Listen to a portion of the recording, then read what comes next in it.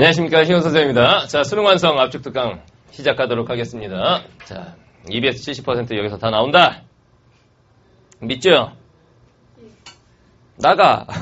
믿으니까 여기 앉아있는 거 아니야? 자, 작년에도 이제 선생님이 진행했던 압축 특강에서 연계 지문은 100% 적중이 됐기 때문에 자신있게 선생님이 여기서 다 나온다. 라고 이렇게 써놨습니다. 자, 일단 이 수업 어떻게 진행되는지 OT를 하도록 할게요. 자, 강좌 목표 보기 전에 일단 여러분들이 뭘 보셔야 되느냐? EBS 영역별 학습법을 보셔야 됩니다. 선생님이 수능 특강, 압축 특강 이제 오리엔테이션을 할 때 쭉 이제 자세하게 설명을 했어요. 화법은 이렇게, 작문은 이렇게, 문법은 이렇게, 뭐 문학은 이런 식으로, 비문학은 이런 식으로. 그것도 다 세분화해가지고 작년 수능 시험지와 작년 EBS 연계 지문들을 딱 비교해놓고 영역별로 학습법을 쫙 선생님이 설명을 했습니다. 그 학습법을 일단 보고 오도록 하겠습니다. 알겠죠? 자, 학습법 봅시다. 자, EBS 영역별 학습법입니다. 일단 첫 번째, 화법. 솔직히 화법 EBS 안 해도 된다고 생각하죠? 화법 EBS 해요? 네. 왜 해? 어려워. 안 해도 됩니다. 자, 보겠습니다.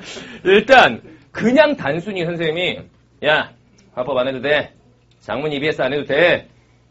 이렇게 무책임하게 말할 수 있는 게 아니기 때문에 직접적으로 자료의 비교를 통해서 왜 EBS가 화법에서는 열심히 공부를 안 해도 되는 것인지에 대해서 먼저 얘기를 해볼게요. 자, 봅시다. 이렇게 됩니다. 자, EBS 발표제 자료에 따르면 2016학년도 작년 수능 4번 문제, 이 문제는 EBS, 작년 EBS 인터넷 수능, 올해는 인터넷 수능이 연계 교재에서 빠지죠. 근데 작년에 들어갔었거든. 인터넷 수능 29페이지 2번 문제를 연계한 것이다. 이렇게 발표를 했습니다. 찾아봤어요. 진짜로 그런지. 이 문제인데 두 개를 곰곰이 한번 잘 놓고 비교를 해봤습니다. 그랬더니 어떤 식이냐면 이런 식입니다. 자, 4번 문제 연설에 대한 거야. 수능. 그리고 인수 29페이지 이번에 연설에 대한 게 있었어. 봤냐? 이런 식이에요. 이걸 과연 직접 연계라고 할 수 있느냐? 야, 다른 문제집엔 연설에 대한 지문이 없어? 있어. 문제 스타일이 비슷한 것이냐? 그것도 아니야. 이거는 약간은 억지스럽다라고 할 수 있는 거죠. 그래서 이제 EBS에서 뭐라고 발표했냐면 문항 아이디어를 따온 것이다. 이렇게 발표를 했습니다. 근데 문제를 잘 분석해보면 뭐 연설 내용, 연설 전략, 여기서도 뭐 연설의 전략, 내용 이런 말은 나오지만 사실 이런 거는 기출문제에도 있는 거고 어디에나 다 있는 거야. 이건 꼭 EBS를 반영한 것이다 라고 하기는 좀 힘들죠. 그래서 결론적으로 보면은 화법 영역은 EBS 연계가 거의 무의미하다. 거의 연계가 없다. 그래서 그러면 저는 화법 안 풀어도 되겠군요. 어차피 화법은 기출문제 자체가 많지가 않잖아. 그 화법 나온 지가 뭐 얼마나 됐다고. 그 전엔 듣기평가가 있었고. 그러니까 기출문제 다 풀고 나서 이제 다른 문제집을 푸느니 그래도 EBS를 푸는 게 이런 느낌으로 풀도록 하세요. 막 집중적으로 연계를 연구하지 말고. 알겠죠? 이렇게 공부하면 되겠고. 자, 그 다음에 장문 파트 한번 보겠습니다. 장문 같은 경우에 또 한번 비교를 해봤어요. 2016학년도 수능 6번에서 8번. 요거였습니다. 그 다음에 EBS에서 발표한 자료에 따르면 EBS 수능 완성 80페이지 6번에서 8번을 연계시킨 것이다. 이렇게 발표를 했어요. 그래서 이 문제를 이제 또 따와봤어. 겹치는 내용이 뭐가 있느냐 보니까 장문 상황, 여기도 장문 상황, 인터뷰 줬지? 전문가 인터뷰 봤냐? 이런 식이에요. 이것도 약간 억지에 가깝다고 할 수 있죠. 그죠? 그래서 여기서 뭐라고 발표했냐면 또 EBS에서 문항 아이디어 딴 거야. 이렇게 발표를 했어요. 결론적으로 장문 파트도 이제 어떻게 되는 거야? EBS 연계는 장문 파트에서도 큰 의미가 없다. 그냥 뭐 EBS 문제집 한번 풀어보는 정도면 되겠다. 이런 얘기입니다. 알겠죠? 자료 비교해보니까 알겠죠? 이 연계의 실질적인 의미가 뭔지를. 자, 그다음 문법 같은 경우에요. 문법 한번 보겠습니다. 자, 일단 작년 수능시험 14번 문제였는데 B형 14번이었죠. A와 B 공통지문으로 출제가 됐었고 공통문항으로. 그 다음에 EBS 수능 완성 81페이지에 2번에서 따왔다. 내가 말하는 게 아니라 EBS에 그렇게 올라가 있어. 발표가 돼 있어. 요거를 따왔다. 이렇게 돼 있어요. 또 문제를 잘 비교해보니까 이렇게 돼 있어요. 사전 활용하기 문제다. 국어사전 정보탐구한데 봤지? 뭐 어디에는 없는 거냐 이 문제는? 다 있는 거야. 그래서 이제 EBS에서 발표한 건 이겁니다. 용례 이런 말 선택지. 용례 이건 내 모의고사에도 수두룩하게 나와. 그죠? 이거 어디에나 있는 건데 이걸 가지고 이제 또 문항 아이디어를 활용해서 화작문의 공통점은 거의 EBS 발표가 문항 아이디어를 활용했다. 이런 식인 거야. 다시 말하면 문제 유형 비슷하지 않니? 이런 건데 이런 문제 유형은 기출문제든 어디든 어디서나 볼 수 있는 문제 유형이야. 그죠? 그렇기 때문에 문법도 EBS 문법 연계는 큰 의미가 없습니다. 그럼 결론적으로 화법, 작문, 문법 파트는 EBS 연계가 큰 의미가 없다라는 얘기가 되는 거야. 그러면은 EBS 3권으로 나왔잖아, 수능특 강의. 그 중에 한 권이 화법, 작문, 문법이잖아. 샀어요, 안 샀어요? 샀어요? 풀고 있어요? 문항만. 그러니까 이런 식이란 말이에요. 애들이 사놓고는 전시를 합니다. 일단 문항만 하고, 뭐 나중에 시간 되면 풀지 뭐. 이런 식인데, 샀으면 한 번쯤은 풀어보세요. 알겠죠? 그냥 한 번쯤 풀어보는 거지, 그걸 막 2번 보고, 3번 보고, 이렇게 할 필요는 없다는 겁니다, 이 파트. 알겠죠? 자, 그 다음에 이제 애들이 많이 궁금해하는 게 이겁니다. 선생님, 다들 문항만 하면 된다고 합니다. EBS 비문학 정말 안 해도 됩니까? 이게 학생들 고민이고, 실제로 현장에서 애들이 많이 물어봤습니다. 진짜 많이 물어봤어. EBS 비문학 연계 안 되는 거냐고. 되니 안 되니? 돼요. 되는데 뭐가 문제야? 아이디어만 따온다라고 다들 알고 있는데 그게 아니더란 얘기야. 그게 아니었어. 작년 수능만 봤을 때 문학보다 비문학이 오히려 더 연계가 많이 됐다라고 볼 소지가 있습니다. 왜 그러느냐? 직접 비교를 해서 보여줄게요. 자, 비문학 파트 이렇게 되는데, 자, 작년 수능 29번에서 30번 킬러 지문, 킬러 문항이 있던 과학 지문입니다. 이 지문에서 애들이 문제도 많이 틀렸고 지문인데 굉장히 애를 먹었어요. 기억나요? 작년에 이제 수능을 이제 본 재수생들이기 때문에 이 지문 보면 기억날 텐데, 물체가 자유낙하를 하는데 빗방울이 떨어지고, 왜 기억나지? 요거였어. 그래 EBS에서 발표한 거는 EBS 인터넷 수능 160, 162페이지에 걸쳐 있다. 2번, 3번 여기서 따온 거야 라고 발표를 했어요. 곰곰이 한번 지문을 뜯어봤습니다. 진짜로 그냥 소재만 따서 글을 쓴 것인지. 잘 보니까 이게 이런 말이 나와. 중력, 그 다음 여기도 보니까 뭐 중력 이런 말들, 뭐 용어 겹칠 수 있지. 학력, EBS에서는 저학력이라는 말로 표현이 되어 있더라고. 단순히 이 정도만 가지고 우리가 와 직접적으로 연계됐구나 하기는 좀 뭐하죠. 그런데 내용을 더 찬찬히 뜯어보니까, 분석적으로 읽어보니까, 자, 일단 수능에 나왔던 부분 간단하게만 선생님이 읽어줄게요. 글씨가 잘은 안 보일 텐데 그냥 읽어줄게. 물체가 유체 내에 정지해 있을 때와는 달리 유체 속에서 운동할 때 물체 운동에 저항하는 힘인 항력이 생긴대. 물체의 운동 방향과 반대로 작용한답니다. 항력은 유체 속에서 운동하는 물체의 속도가 커질수록 이에 상응하여 커지는 거랍니다.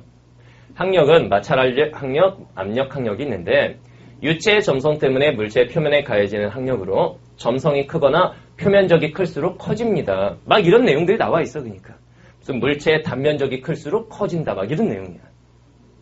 비교해봤어요. 보니까 이런 말이 나와요. 일반적으로 물체가 공이나 물과 같은 유체 속에서 운동할 때 물체에 미치는 유체의 저항력은 물체의 운동 방향과 정반대 방향으로, 여기 보면은 매칭이 되죠, 지금 내용이. 즉 물체가 공기 중에서 수직으로 떨어지고 있다면 공기의 저항력은 아래에서 위로 작용할 거고, 물체가 공기를 달리고 있다면 공기의 저항력은 물체가 달리는 방향과 반대 방향으로 작용할 것이다. 이 내용을 그냥 부연 설명한 거야. 물체에 미치는 저항력은 물질이 통과하는 유체의 밀도가 클수록, 물질과 유체와의 접촉 단면적이 클수록, 물체의 속도가 빠를수록 더 크다. 이 내용 봐봐. 표면적이 클수록, 단면적이 클수록, 속도가 클수록. 내용이 거의 똑같습니다. 거의 똑같은 내용을 다루고 있어요. 이게 가장 어려운 지문이었네, 작년 수능에. 그죠? 여기서 끝나지가 않아. 단순히 그냥 우리가 비문학 안 해도 돼, 이렇게 생각할 게 아니더란 얘기야. 다른 부분을 보면 이런 말이야. 빗방울 낙하를 이제 예로 들었어, EBS에서. 이 수능에서. EBS에서도 빗방울의 낙하 현상에 대해서 예를 들었어. 그럼 빗방울 뭐 어찌라고요? 내용을 살펴보면 이런 말이 나와. 빗방울의 속도는 내려가다 보면 일정해지는데, 이렇게 일정해진 속도를 종단 속도로 한다. 종단 속도에 대한 개념 설명이 쭉 나옵니다. EBS 그 부분을 한번 찾아봤어. 이런 말이 나와. 낙하하는 물체의 속도는 일정해지는데, 이렇게 일정해진 속도를 종단 속도라고 합니다. 그 다음에 내용 거의 똑같아. 거의 직접 연계라고 볼 수 있고 여기에서 1등급이 결정됐단 말이야 작년에. 이렇게 보면 여러분들 그냥 막연하게 야 어차피 비문학은 니네 연계되는지 몰라 비문학 안 해도 돼 라고 말할 수 있는 거냐? 그렇게 말할 수 없다. 이게 결론입니다. 이게. 여러분들은 그냥 막연하게 얘기만 듣고 하잖아. 그냥 주변 친구들이 야 문학만 하면 된대. 그럼 나도 문학만. 공부 범위 줄이니까 얼마나 좋겠어. 그게 아니거든. 또 선생님들이 야 EBS는 문학이나 연계 느낄 수 있지. 그냥 문학만 하면 돼. 그러면 난 문학만. 그 인생은 누가 책임질 거냐. 이거 아니란 말이지. 이거. 알겠죠? 실제로 보니까 그게 아니더라라는 거야. 자, 그래서 결론이 뭐냐. 지문을 직접적으로 활용한 이런 지문들이 있어. 물론 다른 지문들 같은 경우는 어떠냐면은 소재 연계라고 해가지고 내용은 약간 다른데 들어가는 키워드들이 좀 겹치는 이런 지문들이 나머지 지문들의 형태였어. 그래서 문학은 안 그럽니까? 문학도 다 보여줄 거야. 한번 봅시다. 결론은 EBS 비문학학습 누구도 안 하려고 하지만 EBS 비문학학습은 중요하다는 게 나의 결론이다. 이건 내 생각이 아닙니다. 실제로 지금 지문 대 지문을 비교해서 보여줬잖아. 해야 된다. EBS 비문학학습 해야 됩니다. 이게 결론이에요. 보니까 여러분들이 평소에 생각했던 거랑 다르지 이거. 그죠? 이렇게 된다. 자, 문학은 어떻습니까? 오히려 문학에서 작년 수능에서 뒤통수 깠다. 여러분들 잘 봐요.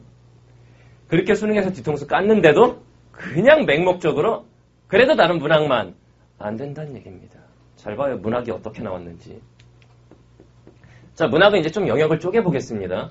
현대시 두 작품은 작년에 완전 비연계로 출제가 됐죠. EBS에서 아예 없던 지문들이 나왔습니다. 현대시는 비연계. 그나마 문학에서 현대시가 연계가 되면 부분을 딸 수가 있니? 그 짧은 시의 부분을 따? 그게 그대로 나오는 거잖아. 근데 그게 연계가 작년에는 안 됐어요. 올해도 안 된다라고 말하는 게 아니야. 작년에는 그랬단 얘기야. 애들 통수 친 거지, 그러니까. 그죠? 그리고 고전 시가가 연계가 됐는데 이런 식이었어. 2016학년 수능 41에서 42번 지문을 보면 이런 게 나왔었어요. 이원익의 고공답 주인가라는 작품이 나왔습니다. 그리고 EBS 인터넷 수능 문학 80에서 81페이지 3번에 보면은 뭐가 있었냐면 지문은 고공가였어. 지문은 고공가. 수능에 나온 건 고공답 주인가. 비슷한 내용이지만 분명히 다른 작품입니다.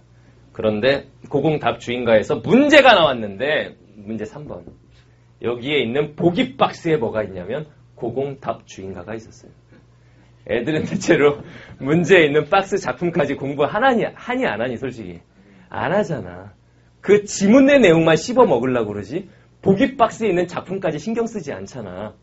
평가원이 아나 여시다 이렇게 된 거야. 그러니까 그래서 겹치는 부분들을 보니까 지문이 다 겹치지도 않아요. 이 부분, 이 빨간색 친 이 부분과 이 부분의 내용이 겹칩니다 지금. 근데 지문은 고공가였고 보기 박스에 있던 작품이 고공답 주인가였어요. 그죠? 이렇게 연계를 해버린 거야. 그래서 보면은 지문 활용을 했다. 그렇죠. 지문 활용한 거죠. 그죠? 그래서 결론이 뭐냐? EBS 시문학 학습은 중요한 게 맞습니다. 보기 박스에 나오는 작품까지. 알겠죠? 이걸 공부했던 애가 만약 이 부분을 제대로 공부를 했어. 시험장에 갔더니 딱 그 작품이 나온 거야. 당연히 연계를 피부로 확 느끼겠지. 그러니까 역시 시문학은 EBS 학습을 열심히 하는 게 중요한 거야. 자, 그 다음 볼게요. 산문문학인데 그러면 이제 소설이나 극문학 이쪽을 말하는 거죠. 자, 일단 뭐는 뺐냐면은 토끼전이라는 작품이 출제가 됐는데 AB 공통으로 토끼전이라고 하면은 수군가 어떤 내용이에요? 약간 토끼가 용궁에 가서 왜 놀러 갔어? 아니요. 그 임금 왕의 그 간을 용왕의 간을 빼려고 토끼가 무슨 소리라는 거예요? 토끼의 간을 빼먹을 뻔했잖아. 근데 그 내용인데 수능에 나왔죠. 어떻게 나왔니? 애들은 굉장히 당황했을 거예요. 첫 부분에 자라가 호랑이의 입을 내다물고 막 호랑이가 나와버린 거예요. 그리고 지문이 EBS랑 단 한 글자도 겹치지 않게 나와버린 거야. 이렇게 출제가 됐어요. 그죠?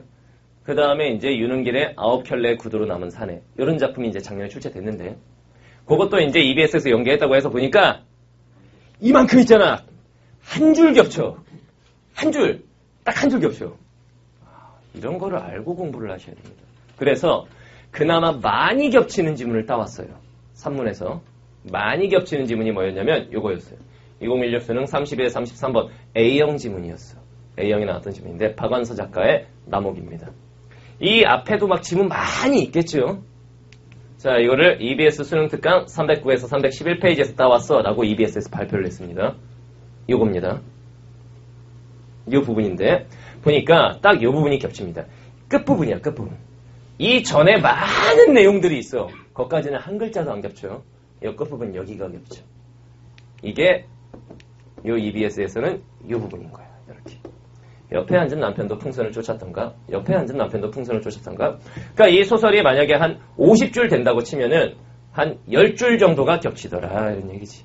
알겠죠? 요 정도. 그러니까 부분 활용이 되는 거죠. 이런 식으로 출제가 됐던 거예요. 다른 거 한번 볼까요? 자, 이게 이제 최만식의 재향날이라는 작품이 출제가 됐었습니다. 자, 그리고 EBS 인터넷 수능 201페이지, 204페이지 보면 최만식의 재향날이라는 작품이 있었어요. 내용이 단 한 글자도 안 겹쳐. 뭐가 겹치냐면 등장인물이 겹쳐. 영호 최씨, 영호 최씨, 봤냐? 이런 식이에요. 내용이 한 글자도 겹치지가 않더라고. 그러니까 산문 같은 경우에는 그나마 방금 보여줬던 박완서의 남옥 한 10줄 정도 겹치는 거. 그 전에 40줄 정도는 아예 안 겹치고. 그게 제일 많이 연계된 거였고 토끼전 EBS에 있었지만 단 한 작품도 안 겹치고 오히려 애들이 혼란스러울 수 있었어. 아니 왜 호랑이가 나오는 거야 이거. 이렇게 돼버린 거지. 그죠? 그리고 뭐 아홉결 내구도로 나온 산에 딱 한 줄 겹쳤었고. 이런 식이야. 그 다음에 A형에서는 이 작품 말고 유치진의 소라는 작품이 나왔었거든. 그걸 여기다 띄우려고 보니까 단 한 줄도 겹치지 않아. 이런 식입니다. 산문 연계가 이런 식이더라라는 거지. 제목이 똑같아요. 그렇죠? 이 작품인데 애들이 보기에는 다른 작품으로 느껴졌을 수도 있겠구나. 그래서 지문 활용을 합니다. 산문 지문은 지문 활용을 하되 그 작품에서 따오되 벗 겹치는 내용이 거의 없습니다. 많지가 않더라는 거지. 그래서 올해도 이렇게 간다고 확신할 수 있습니까? 확신할 수 없어. 그런데 작년 수능은 이렇게 출제가 됐다라는 거예요. 근데 수능이라고 하는 게 갑자기 어느 해에 갑자기 확 바뀌니? 갑자기 올해부터는 EBS 지문 그대로 내줄게 이렇게 갈 것 같아? 절대로 그럴 일이 없다. 소설 지문은. 알겠죠? 이렇게 간다는 거예요. 그래서 결론이 뭐냐? EBS 산문문학학습은 해야 돼. 어떻게? 융통성 있게 해야 돼. 융통성은 무엇을 말하는 것이냐? 공부를 하긴 하되 어떻게 해야 된다라는 걸까? 전체적인 내용 학습을 같이 해줘야 된다는 얘기입니다. 알겠죠? 여기까지 이것 내용 살펴본 결과에 따르면 자, 총평을 해볼게요. 어떻게 되냐? 최종 결론. 일단 첫 번째. 화법, 작문, 문법 어떻게 해야 돼? 안 해도 돼요. 안 해도 돼? 뭐 안 해도 되는 건 맞지만 연계는 의미가 없지만 다른 문제집을 푸느니 그냥 EBS 한번 풀어보는 게 낫지 않겠는가? 요 정도. 그러니까 기출 문제 풀고 나서 딴 거 더 풀 게 없는 거야. 너 문제집 많이 풀잖아 그거. 나중에 할 게 없다고 막 고민하잖아. 그러니까 한번 풀어보는 거야 EBS. 알겠죠? 요 정도의 의미. 그 다음에 두 번째. 독서, 비문학. 아까 보니까 해야 되냐 안 해야 되냐. 해야 돼요. 요거 해야 된다는 얘기입니다. 알겠죠? 비문학 파트. EBS 학습 중요합니다. 이게 여러분들의 일반적 상식과 다른 점입니다. EBS 비문학 학습 해야 됩니다. 작년엔 완전히 선생님은 진짜 작년부터 했지. 모든 학생들이 무당만 할 때 모두가 예스라 할 때 no라고 했던 사람이 선생님이에요 사실은. 그리고 실제로 비문학 연계가 됐지. 선생님 수업 시간에 했던 내용들이. 이게 이제 시험장에서 많이 도움이 됐죠. 요건데 그래도 올해로 또 넘어갔는데 시험이 이렇게 나왔음에도 불구하고 애들은 EBS는 문학 그냥 이렇게만 가고 있더라니. 굉장히 위험한 발상이다.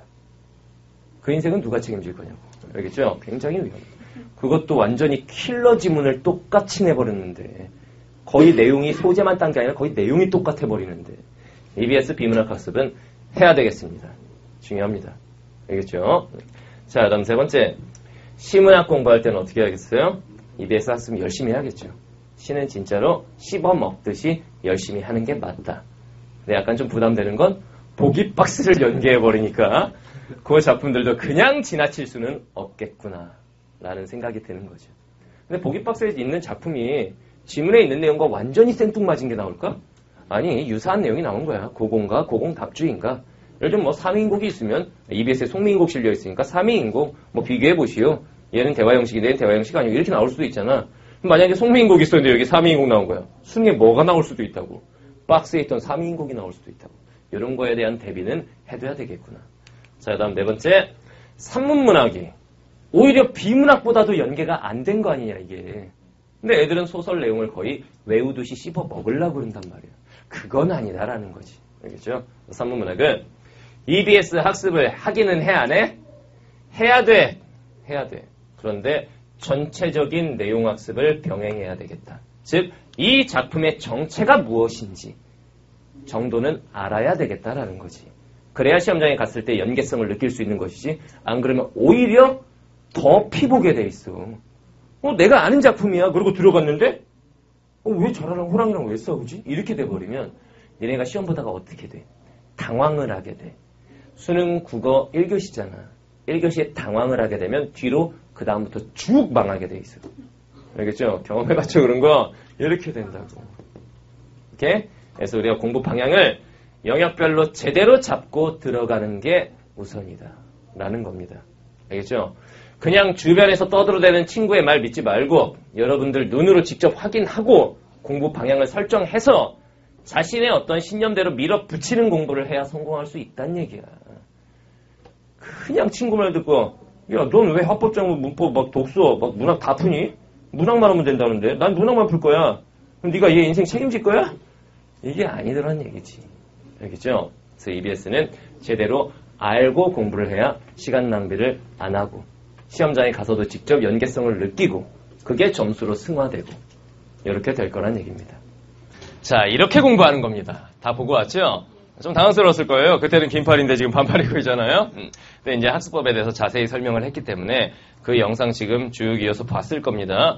그 방향으로 우리가 EBS를 공부를 할 거란 얘기입니다. 그 영상에서 봤겠지만 거의 대다수의 학생들이 EBS는 문학입니다. 선생님 문학하면 돼요. 그러다가 작년에 뒤통수 맞은 거 아니야? 시험장 가서.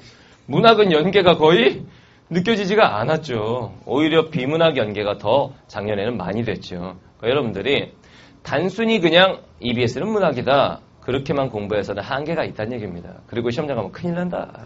작년에 느껴봤잖아요. 그죠? 자, 그래서 우리는 선생님이 그 영상에 설명한 그대로 수업을 진행을 하도록 하겠습니다. 자, 강의 목표는 요거 하나입니다. EBS를 통해서 수능 공부를 하는 겁니다. 단순히 EBS 지문 정리, 문학 지문 쫙 시 쭉쭉쭉쭉, 소설 쭉쭉쭉쭉 됐다 난 가자. 망한다. 그렇게 가면 안 됩니다. 그러니까 EBS를 통해서 수능 국어 공부를 한다고 생각을 해야지 오로지 난 EBS 정리만 한다고 생각하면은 그 정리하는 게 무슨 큰 의미가 있겠어. 예를 들면 오늘 배운 지문이 내일 수능에 나왔다고 해도 다 맞춘다는 보장이 있냐 그게? 그거 없어요. 변형이 되고 문제가 다 다르기 때문에 EBS 텍스트를 활용을 하되 수능 공부를 하셔야 됩니다. 당연히 공부의 포인트는 글로 가야 되는데 요즘 애들이 그냥 문학만 그냥 주제, 소재 막 외우듯이 그냥 EBS 정리한답시고 아무짝에도 쓸모없는 그런 짓을 하면 안 되겠다. 많이 했으면 공부가 되는. 딴 애들이 그렇게 했으면 좋겠어? 나만 잘. 그래요. 굉장히 이기적인 학생이 여기 앉아 있습니다. 하여튼 날 분명히 말하지만 EBS 텍스트를 활용해서 국어 공부를 해야 됩니다. 단순히 EBS 자체만 정리하고 끝내겠다. 시험장 가봐. 아무런 도움이 안 된다는 걸 알게 됩니다. 알겠죠? 그래서 EBS를 통해서 우리는 수능 국어 공부를 한다고 생각을 해야 되겠습니다. 자, 강의 이런 특징을 갖고 있어요. 선생님 EBS 강의는 약간 독특합니다. 일반적인 이제 다른 선생님들 진행하시는 방향이랑 약간 다릅니다. EBS 방향 자체가. 그죠? 자, 일단 첫 번째. 내 생각은 항상 이거야. 출발점이. EBS 지문 암기만 하면 여러분들은 시험장에서 필패하게 돼 있다. 무조건 망한다. 그냥 지문만 주르륵 암기한다는 건 아무런 도움이 안 된다는 얘기입니다. 알겠죠? 그걸로 우리는 철저하게 수능형 변형 문제들로. 선생님, 변형 문제 어때요? 좋아요. 이게 단순한 문제들이 아니에요. 그냥 단답형이라든가 그냥 이런 게 아니기 때문에 수능형으로 딱 철저하게 구성이 돼 있어요. 그래서 여러분들이 진짜로 수능 국어 공부를 하는 참 맛을 느낄 수 있게 텍스트는 다 EBS. 그렇죠? 이렇게 진행을 합니다. 해자연균? 그렇죠. 해자연균이에요. 자, EBS 수능 완성. 수능에 나올 지문만 골라서 체계적으로 공부한다. 이거 무슨 말이냐. 수능에 나올 확률이 제로인 지문들은 안 하겠습니다. 이거는 확신할 수 있어. 선생님들 눈에는 이렇게 쭉 보다 보면은 이 지문은 수능에 출제될 리가 없다라는 지문들이 있습니다. 뭐 여러 가지 요소들이 있는데 일단 그동안의 어떤 수능 출제의 어떤 경향이라든가 이런 것도 보고 그다음 작가에 대해서도 선생님들이 이제 조사를 하죠. 그랬을 때 아직 젊은 작가고 문학사적으로 검증이 안 돼 있어. 출제 확률은 제로입니다. 그리고 이제 어떤 14종 교과서에 어느 교과서라도 그래도 어느 정도 실려 있는 의미 있는 작품이어야 되지 아무거나 그냥 막 내는 게 아니거든. 예를 들면 신경숙 작가의 소설 수능에 나올 수 있을까 없을까? 나올 수 없습니다. 지금은 나올 수 없어요. 왜? 아직 살아계시기 때문은 아니야. 살아계신 작가의 작품도 나올 수는 있는데 뭔가 문제가 있었어. 그 표절이라는 사회적 무리를 일으킨 어떤 문제들이 있었고 이러기 때문에 유명한 작가님이긴 하지만 아직 수능에 나올 일이 없어요. 이런 거는. 그런 것들 다 생각해가지고 그 작가의 어떤 지금 현재 나이라든가 이런 것까지 다 고려해서 문학사적 검증을 거쳤느냐 안 거쳤느냐까지 다 고려해서 아예 출제 확률 제로인 건 다 빼버렸습니다. 알겠죠? 그래서 여러분들의 공부 범위를 상당히 줄여준 그게 이제 또 선생님 강의의 특징이에요. 이제 보통은 이렇게 하시죠. 수업 진행을 다 전지문 압축 정리 할 필요가 없다는 얘기입니다. 전지문 다 하면은 일단 마음은 약간 좀 든든할 수 있는데 문제는 뭐냐면은 공부에 때려박은 시간에 비해서 얻는 게 별로 없을 수가 없어. 없을 수가 있어. 알겠죠? 그러니까 여러분들이 한번 생각을 해봐도 진짜로 출제 확률이 높은 거를 집중적으로 공부해 한 애가 시험장에 딱 갔을 때 그 지문이 나오면 이거 배운 거다 싶겠지. 근데 그냥 전 지문을 수박 겉핥기식으로 쭉쭉쭉쭉 그냥 봤어. 그냥 주제 소재 이런 거 그냥 쫙 보고 그냥 단답형 문제 풀면서 쫙 봤어. 시험장에 가면 그게 기억이 나느냐? 거의 기억이 나지 않을 거야. 그냥 제목만 기억나는 거야. 나 이 제목 본 적 있어. 그게 무슨 의미가 있겠어. 그건 안 된다는 얘기야. 분명히 말하지만 EBS 출제 예상 지문을 가지고 점수 올릴 수 있는 공부를 하셔야 됩니다. 알겠죠? 그냥 마음의 위안을 얻는 공부는 그냥 위안은 얻을지언정 점수 향상엔 1점도 도움이 안 될 거라는 걸 명심해야 돼요. 선생님은 특징적인 게 이겁니다. 분명히 말하지만 수능 출제 가능성이 제로인 지문들은 다 뺐습니다. 선생님 그 중에 나오면 어떡합니까? 어떡하지 그럼? 그럴 일이 없어! 작년에 선생님 수업을 들었었잖아. 선생님이 안 다룬 지문은 안 나왔죠. 안 다룬 지문은 출제되지 않습니다. 이거는 선생님이 확실하게 말할 수 있어. 이건 맞잖아. 이건 혹시라도 허를 찔리면 어떡해요? 그러면 찔려야 돼. 허를 찌르면 찔려야 돼. 근데 그럴 일이 없어. 알겠죠? 선생님 분명히 말하자면 그럴 일이 없을 것이다. 선생님이 다뤄준 지문들 중에서 분명히 출제가 된다. 알겠죠? 자, EBS는 이렇게 공부하는 거라고 그랬습니다. EBS 텍스트로 공부를 하되 문제는 어때야 된다? 수능형 문제로 푸셔야 한다. 내신형이나 단답형이나 이런 걸로 이제 공부를 한 학생들은 막상 동일 지문이라고 해도 수능형으로 이제 문제가 조금이라도 어렵게 나오면 문제를 풀 수가 없습니다. 지문은 알지만 문제는 안 풀리는 희한한 현상이 벌어지는 거지. 알겠죠? 그래서 철저하게 수능형 문제로 접근을 한다. 변형 문제 다 만들어 놓고 실어놨습니다. 교재에다가. 자, 변형 문제 퀄리티 예술이에요. 선생님이 철저하게 수작업을 거쳐서 만든. 선생님이 컴퓨터를 잘하지 못하기 때문에 문제 만들 때 이거 딱 쳐가지고 자, 이 문제 넣어라. 이게 아닙니다. 직원들한테도 아날로그 알죠? 손으로 직접 씁니다. 선생님은. 직접 딱 읽고 손으로 직접 쫙 써요. 빨간색만 쓰지나. 빨간색으로 쫙 문제 선택지까지 하나하나 이렇게 써요. 그래가지고 한 땀 한 땀 수작업으로. 내 피와 땀이 어려있는 교재란 말이야. 그러면 이제 딱 직원들이 그걸로 타이핑을 칩니다. 직원들이 불만이 있습니다. 아예 타이핑을 아예 쳐서 주면 자기들이 다시 한번 안 쳐도 되잖아. 단호하게 말하지. 난 손으로 쓸 거야. 라고. 그 손으로 직접 이렇게 써가지고 이렇게 딱 넘겨주거든, 문제를. 변형 문제 퀄리티 좋습니다. 알겠죠? 수능 특강 강의를 들어본 학생들은 알 거야. 변형 문제가 철저하게 수능형으로 딱 돼 있어서 3점형 문제들도 많이 들어가 있고 이걸로 이제 수업 진행을 하겠습니다. 자, 그래서 EBS 수능 완성의 출제 예상 지문을 일단 총정리합니다. 여기서 중요한 건 문학만 하지 않는다라는 거. 비문학도 한다. 비문학도 한다. 선생님, 화법은요? 화법은 EBS가 의미가 없습니다. 공부법에서 다 얘기했죠. EBS 학습법 봤잖아. 그 다음에 장문은요? 장문은 연계를 해도 여러분이 느낄 수가 없습니다. 아예. 문법은요? 문법은 좀 의미가 있는데 원래 다 알아야 되는 내용이야. 선생님 문법 강의 보면은 거기서 다 다루고 있어요. 어차피 EBS 다룬 내용을. 그래서 일반적으로 EBS 강의가 문학만이잖아, 보통. 선생님은 비문학까지 다루도록 하겠습니다. 왜? 작년 봤으면 알 것이라 이거지. 작년 기출문제를 보면은 모두 다 문학만 공부를 했는데 어떻게 됐다? 비문학 연계가 더 심하게 됐다. 더 딱 눈에 보일 정도로. 중력, 부력, 항력. 수능시험 연계 중력, 부력, 항력. 빗방울, 종단속도, 빗방울, 종단속도 딱딱 떨어지게 이렇게 가버렸어. 그것도 킬러 지문이. 오히려 문학은 소설 한 줄 겹치거나 아예 안 겹치거나 시 아예 다른 지문이 나와버리고 비연계로.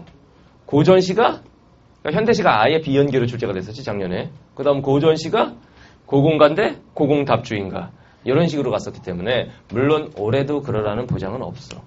근데 학생 입장에서는 출제 가능성이 1%라도 있으면 해야 되는 거야. 비문학 연계가 또 그런 식으로 갈 수가 있기 때문에 이건 6월 평가 업무에서도 입증이 된 거야. 비문학 연계가 분명히 된다는 사실이 입증이 됐어요. 그래서 우리는 비문학까지 합니다. 알겠죠? 출제 예상지문 총정리하고 변형 문제를 통해서 이제 문제풀이 방법까지.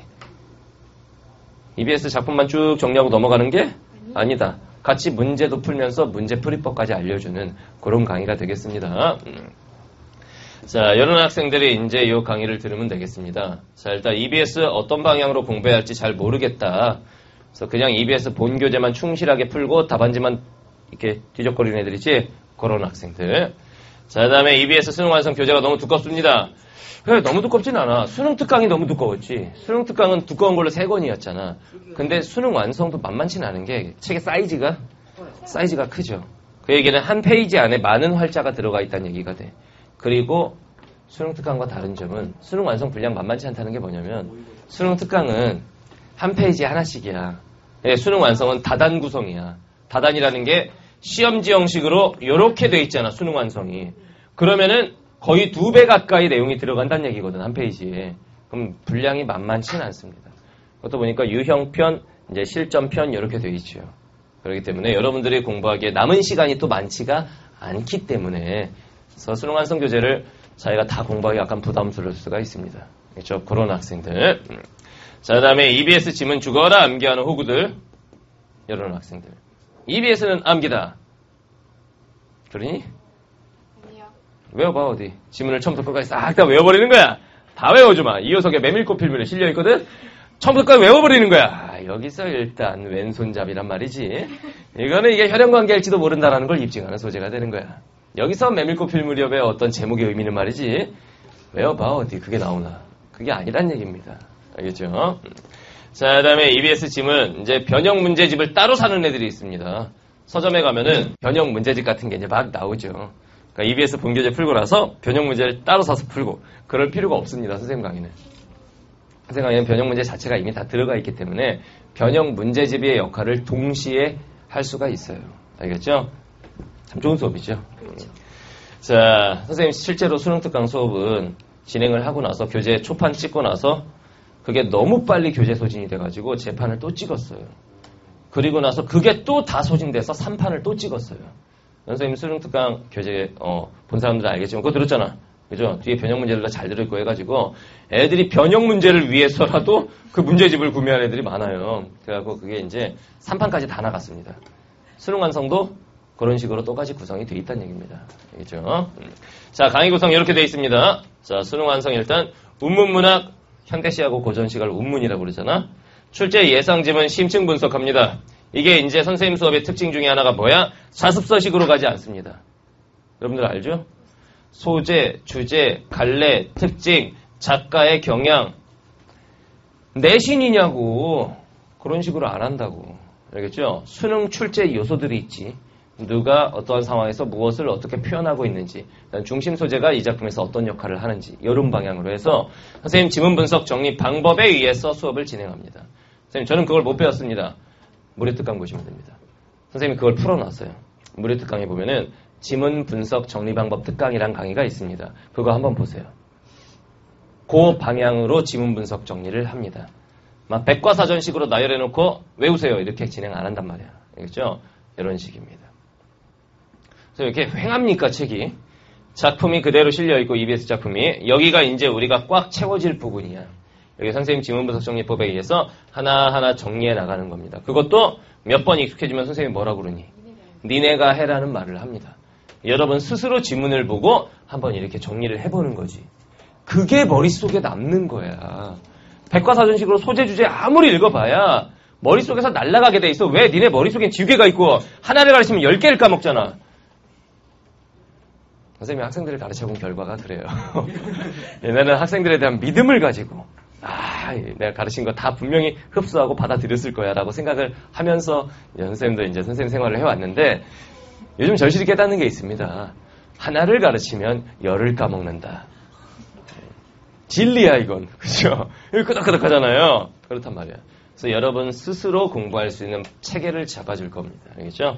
자, 그러면 문제는 어딨나요? 문제는 이렇게 또 돼 있죠.